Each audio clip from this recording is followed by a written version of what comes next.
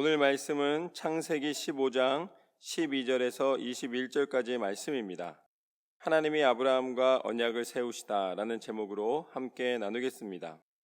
오늘 말씀의 시작은 이렇습니다. 해질녘에 아브라함에게 깊은 잠이 임하고 큰 흑암과 두려움이 그에게 임하였더니 여호와께서 아브라함에게 이르시되 너는 반드시 알라. 내 자손이 이방에서 객이 되어 그들을 섬기겠고 그들은 400년 동안 내 자손을 괴롭히리니. 하나님께서 이제 아브라함에게 이렇게 말씀을 하셨습니다. 내 자손이 이방의 객이 될 것이다.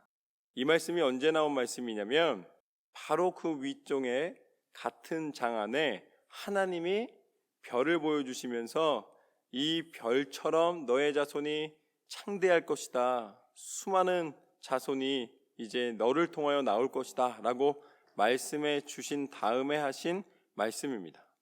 한번 생각해 보십시오. 아무리 자손이 많아진다 할지라도 이방에 객이 되는 자손이 많아질 것이다 라는 것이 큰 기쁨이 되겠습니까? 분명히 자손을 주시려면은 축복의 자손을 주시고 리더가 되게 해주시고 강력한 자손이 태어나게 해주시면 좋을 텐데 과연 자손을 많이 주시는 것이 축복이라는 것인가? 라는 의심이 들 수도 있습니다. 과연 아브라함이 축복의 사람이 맞는가? 아마 이 장면만 떼어놓고 본다면 큰 의문에 들어갈 수밖에 없을 것입니다. 그러나 그 뒤에 14절 말씀을 보면은 알 수가 있습니다. 그들이 섬기는 나라를 내가 징벌할지며 그 후에 내 자손이 큰 재물을 이끌고 나오리라. 결국 이 아브라함의 자손이 그 이방 나라의 객이 되지만 그리고 또 그 안에 속하게 되지만 결국 하나님의 섭리 가운데 다시 나오게 되고 나올 때에 그냥 나오게 되는 것이 아니라 민족을 이루고 또 부를 이루고 하나님이 허락하여 주시는 모든 계획과 섭리를 알게 하실 것이다. 그것이 바로 출애굽의 사건을 이야기하는 것입니다.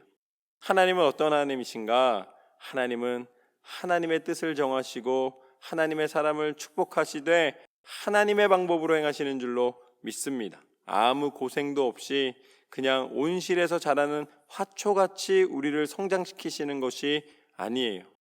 우리 인생에 고통이 있고 어려움이 있고 고난이 있고 때로는 힘겨운 일들이 벌어진다 할지라도 그것은 하나님께서 우리를 성장시키게 하시는 비바람이고 또 큰 폭우고 날마다 우리가 겪게 되는 강한 햇살입니다.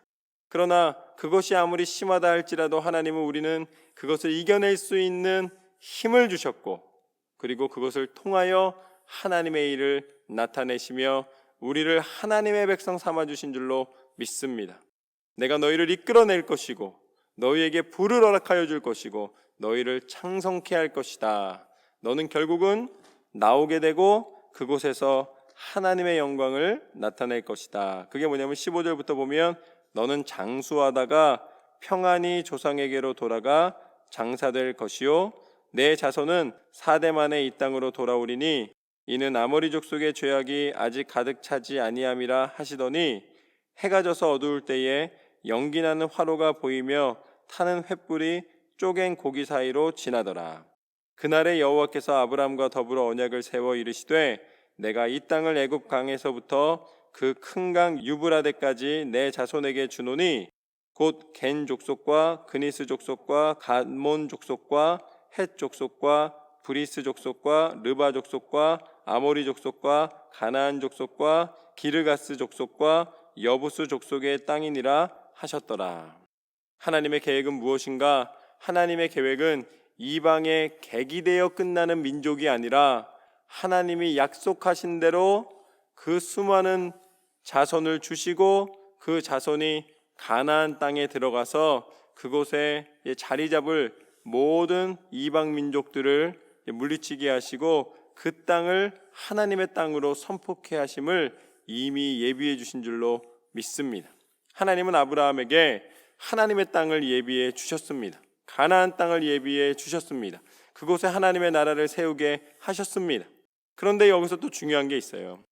하나님께서 그 고생을 통하여 이방 민족에 들어갔다가 다시 풀려나는 과정을 통하여 하나님이 가나안 땅을 차지하게 하시는데, 그 가나안 땅을 차지하게 하심은 단순히 재산 아니면 땅의 문제가 아닙니다. 하나님이 차지하게 하시는 가나안 땅은 하나님의 약속의 성취를 의미합니다. 하나님의 약속이 이루어지는 거예요. 하나님은 약속의 하나님이시고 하나님은 그 약속을 지키시는 신실하신 하나님이시다라고 선포하고 있는 것입니다. 그렇다면 이스라엘 백성이 가졌던 응답은 가나안 땅이었습니다.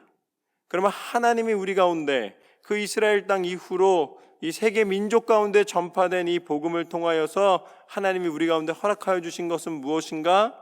그것은 바로 예수 그리스도이신 줄로 믿습니다. 이제는 땅의 약속이 아니에요. 하나님은 하나님의 구원자를 이 땅 가운데 허락해 주셨습니다. 그분의 이름이 예수 그리스도이십니다.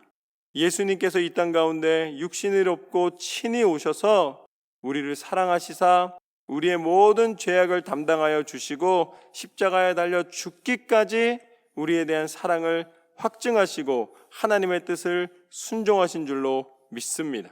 그리하여서 하나님은 약속하신 대로 우리의 모든 죄를 사하여 주시고 예수님의 이름을 믿는 자들을 하나님의 구원의 능력으로 붙잡아 주셨습니다.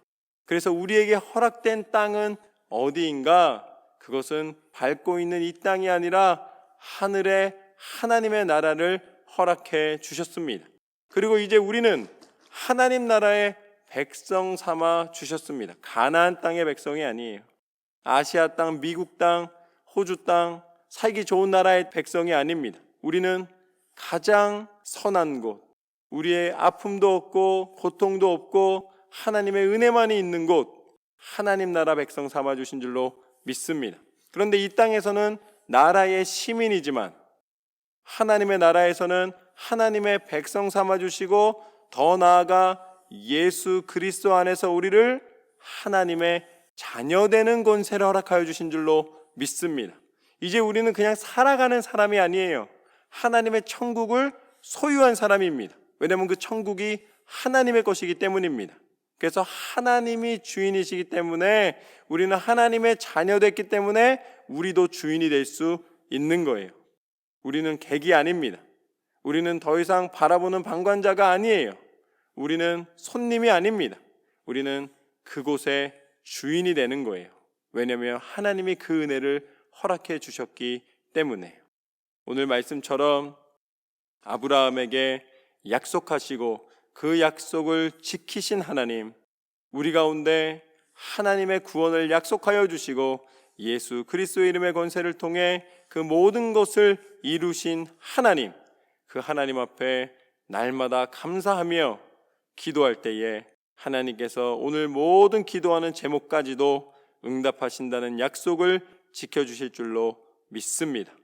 날마다 기도와 간구로 또한 찬양과 하나님의 말씀을 의지함으로 승리하시는 저와 여러분의 삶이 되시기를 주님의 이름으로 축원합니다.